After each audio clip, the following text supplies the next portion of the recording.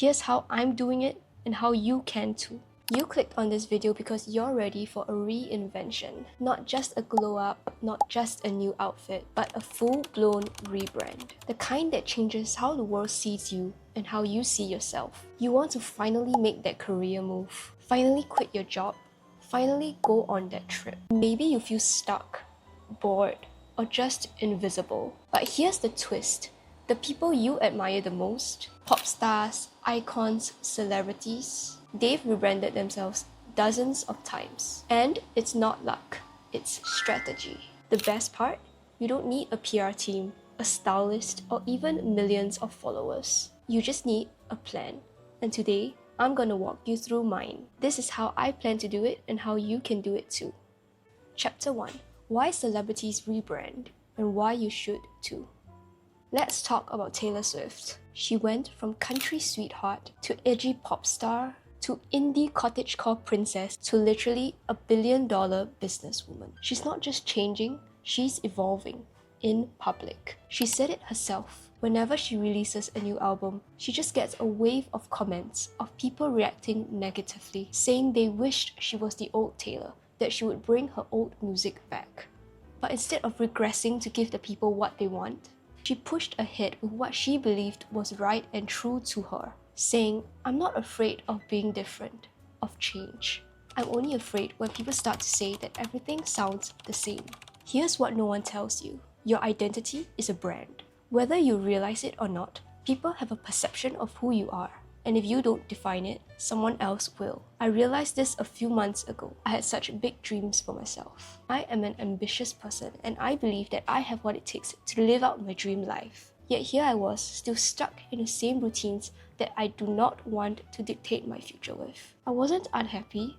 I was frustrated because I had so much I wanted to do, so little time and no idea how to do it all. And that's when I made the decision to rebrand and to take control of my life. I started studying celebrity rebrands as case studies, not for fame, but for identity. And honestly, if I hadn't done that, you wouldn't even be watching this video right now, because one of the biggest goals in my life was to start a YouTube channel, to post content that helps people. So at least I got one thing right. And if there's one thing that you can take away from this video, it is that I will show you how I did it and how I'm planning to continue in order to achieve my best self, and how you can do it too. Because the real question is, what do you want to be known for? And who do you need to become in order to be perceived that way? Chapter 2. The Pop Star Blueprint. What makes a good rebrand? So what are the lessons that I've learned from the it girls and the pop stars of our generation? They didn't just change their looks. They changed how people felt about them. Let's break it down. Firstly, Taylor Swift. I had the amazing privilege of attending the Eras tour last year.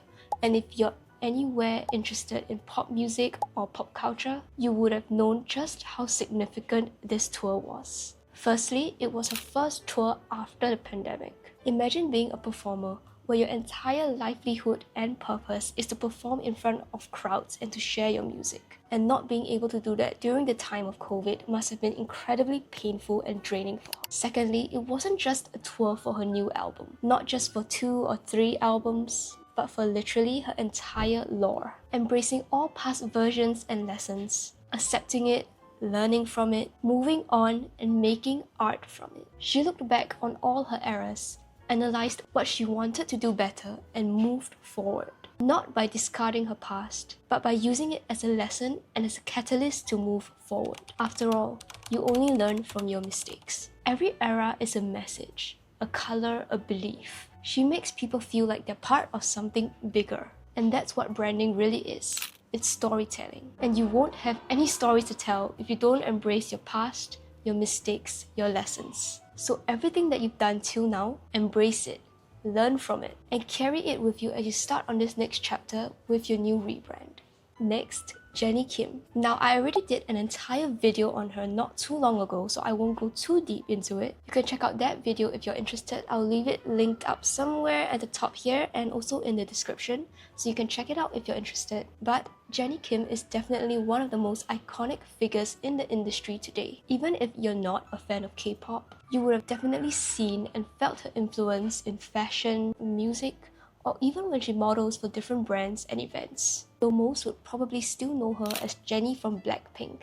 And that's the crazy thing. Jennie started out as a member of the popular K-pop girl group Blackpink, which has achieved major success and is still one of the biggest, if not the biggest, K-pop girl group today. Most people, after achieving this level of success, would just think, okay, yeah, I've done it all. I'm just gonna play it safe, just keep it low-key, and just kind of ride the waves and see how everything goes. But that is not Jennie, and that's not what she did. Jennie is ambitious, passionate, and she goes for what she wants, even if she hasn't done it before. She wants to try modeling, she did it. Wanting to release a solo album, she did it. Literally anything you want, you can have, as long as you have the courage to try. Now the crazy thing for me is, trying actually isn't even the hard part. I've had so many interests in the past, and I still do, and I'll always be exhilarated at the idea of starting a new project, only to give up weeks or maybe just even days later.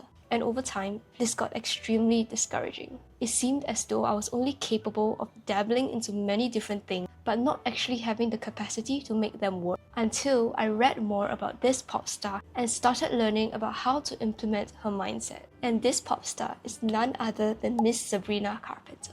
Now, Sabrina has actually been on my list to do a whole video series breaking down her story, her mindset, and her lessons. I just haven't really gotten around to it, so I'm really excited to be able to implement some of her lessons for this video, but I still definitely do hope to make a full video series sometime soon in the future. So Sabrina literally exploded almost like an overnight hit last year, with most people knowing her from a hit song Feather or Espresso. But what most people don't know is that she's literally been working on and putting out music for like almost a decade, with none of her songs reaching the level of popularity that Espresso or even Feather did. Can you imagine if she had given up after her first song, maybe her second, or even her third? But Sabrina understood that what she was building wasn't just a one-hit wonder, but a long-lasting brand image, and that takes time. There was no such thing as failure. Every project that she put out, no matter how the public perceived it, took her one step closer to the pop star that she is today. And that's why we don't see many of such successful people, because not many are willing to put in the work when no one is watching. This really struck a chord with me because I always struggle to stick to my decisions. Whenever I didn't see immediate results, doubt and negative self-talk about how this would just never work out will always start to creep in. But this story reminded me that anything worth having does not come instant, and that if I wanted to build something that was worthwhile and memorable, then that is going to take some time. So remember, anything that is worth having, like being your dream self, is going to take time. But if you follow the steps in this video, I'm sure that you will be able to achieve what you want and what you seek. And I know it may feel so daunting, but don't worry, we can go on this journey together. Chapter 3. My current identity audit.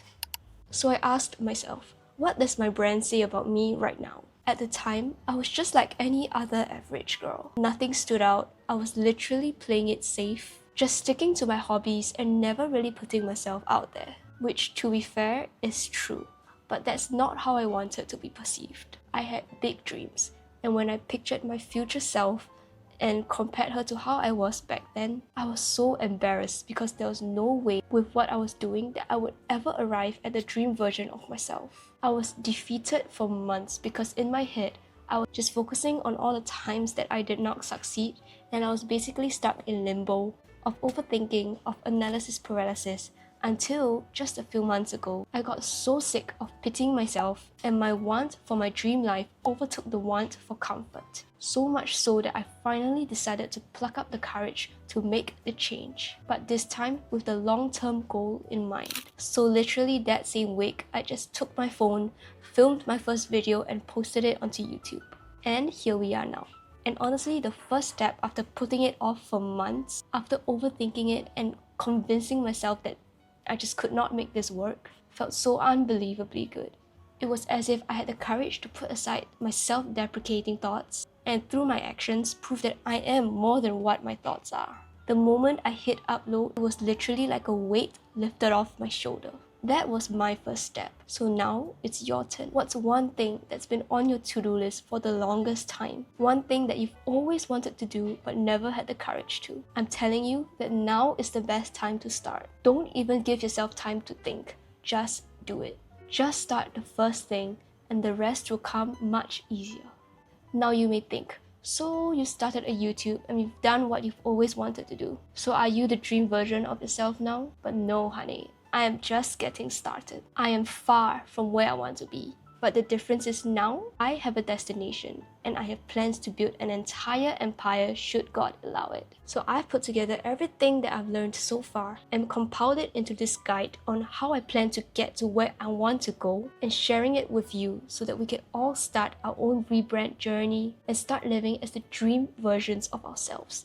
And it starts with these 3 questions. First, you have to do your own identity audit. What are you known for right now? Does it align with you and who you want to be? Which parts specifically are you happy with and which do you want to leave behind in the past? 2, you also need a clear idea of what your dream future self looks like. What are you craving more of? What are your habits, your systems, your routines? What are the actions that you need to do to become her? And most importantly, 3, you need to remind yourself that rebranding may not necessarily be the easiest thing because as the saying goes, old habits die hard. But you have to truly get it into your head that if this is what you truly want, then there's no other way of getting it other than to put in the work. And if you've done all the inner work and have decided that this is the journey that you want to take, then let me give you the blueprint so that we can go on this journey together. Chapter 4, the rebrand plan.